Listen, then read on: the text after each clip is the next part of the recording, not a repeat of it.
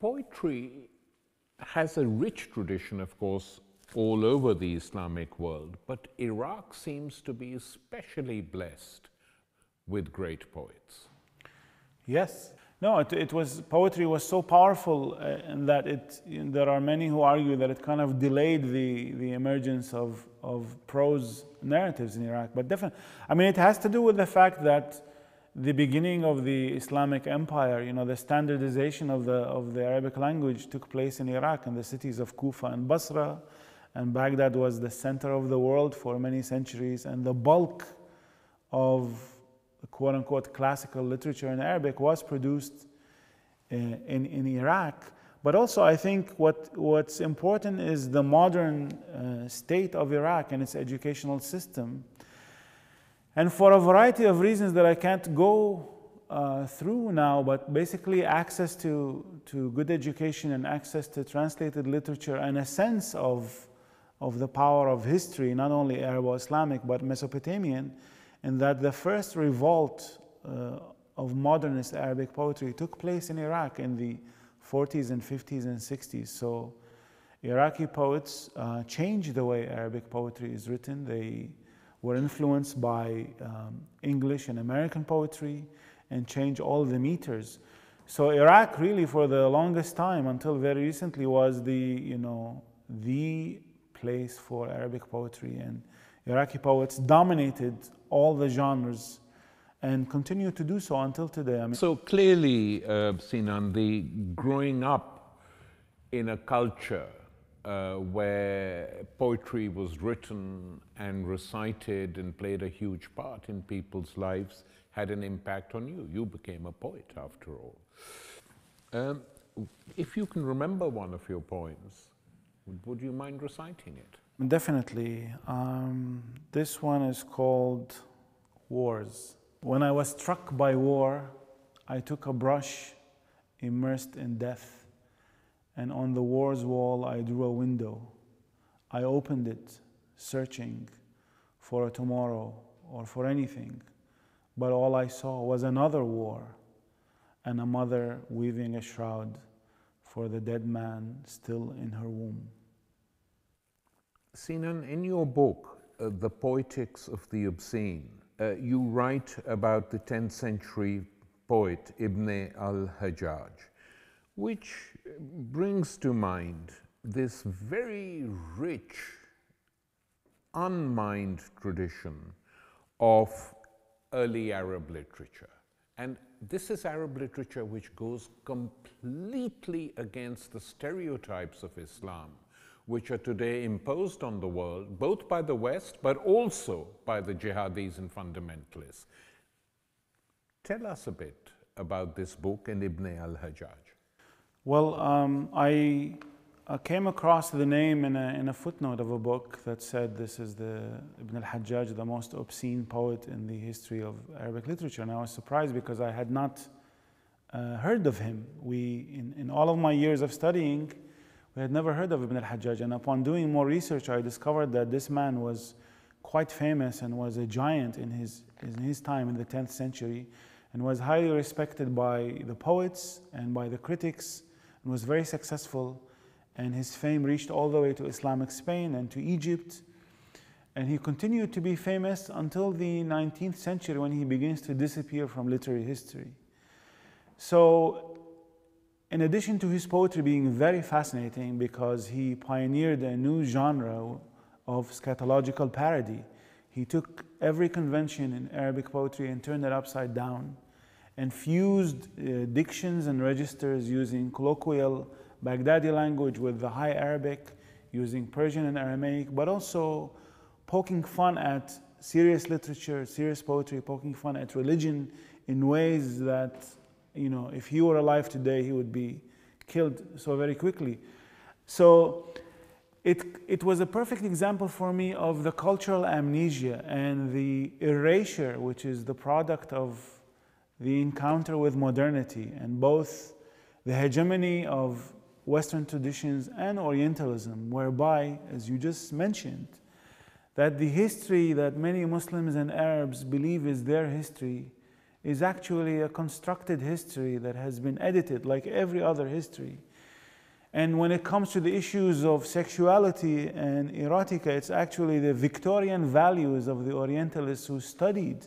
So for example, one of the Orientalists who came across Ibn al-Hajjaj said that this is unworthy of scholarship because it's, to quote him, acres of dreary filth. But the pre-modern critics were more enlightened because a lot of them said, you know, the subject matter might be disgusting, but what matters here is the craftsmanship. And so when I tell my other colleagues who study European literature, they say, oh, he was the Rabelais of his age. But in reality, this man preceded Rabelais and preceded the others. So it was one attempt to, you know, bring back this one incident to show how we need to completely reconsider and rediscover this Arabo-Islamic past and, you know, be wary and mindful of the identities that were imposed in the 19th century. And that when it came to sexuality and when it came actually even to, and you know this very well, of course, in terms of free thinking and critique of religion. How much of al-Hajjaj's poetry survived?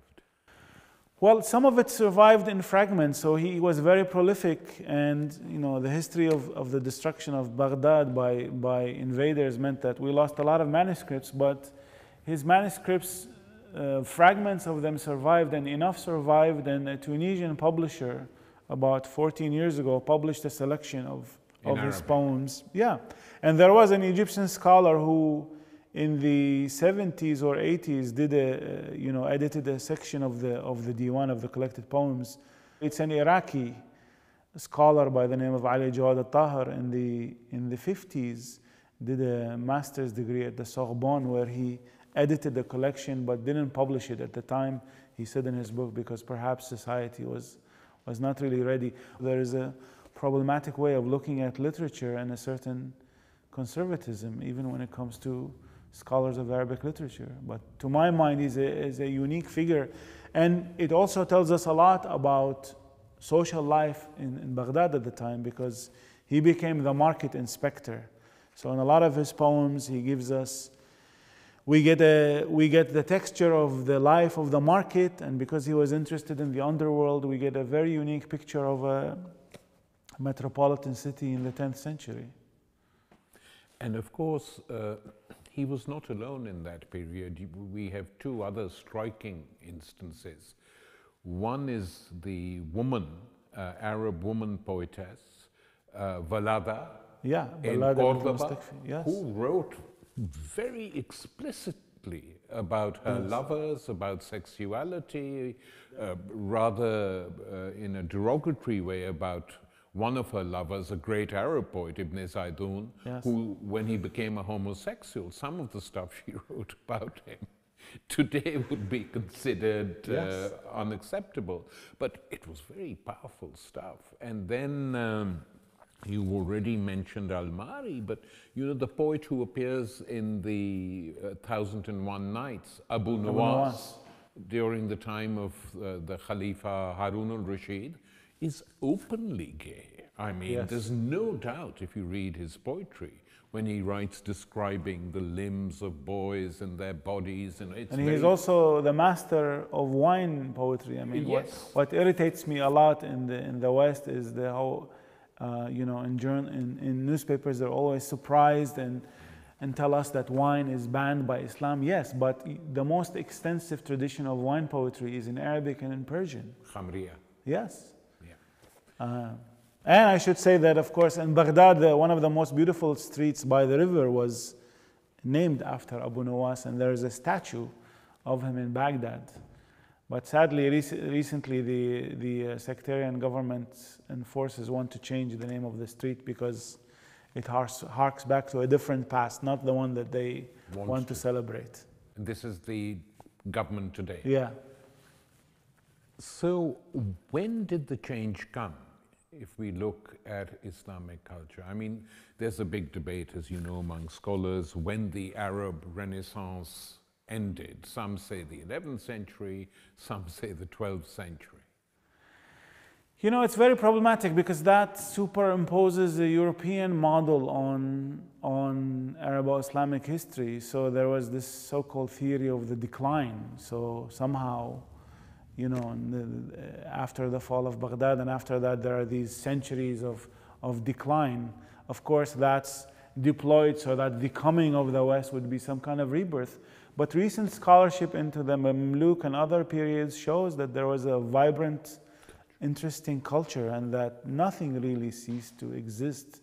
I mean, I think the change is in the 18th and 19th century, as I mentioned, when, you know, there is an erasure and a destruction of certain discourses, and there are other discourses that are implanted.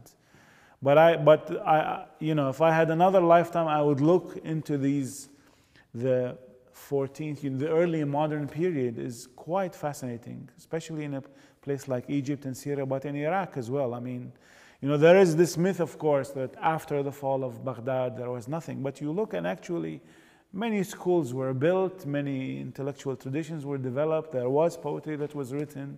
The prose that was written now is being studied seriously, and we realize, of course, that it was a continuous, vibrant, interesting culture, as one should assume in any other place. And during the period when the Arab lands were part of the Ottoman Empire, this more or less continued because they didn't put a stop to this. No, of course. I mean, just recently I came across a fascinating poet from the 17th century in Baghdad. But again, we go back to that, you know, some of these works, some of these manuscripts were edited and were studied, but not sufficiently, and we haven't had a respite. Of course, here we come to the negative consequences of certain strands of Arab nationalism or Baathism, whereby they're quashing anything that has to do with the Ottomans.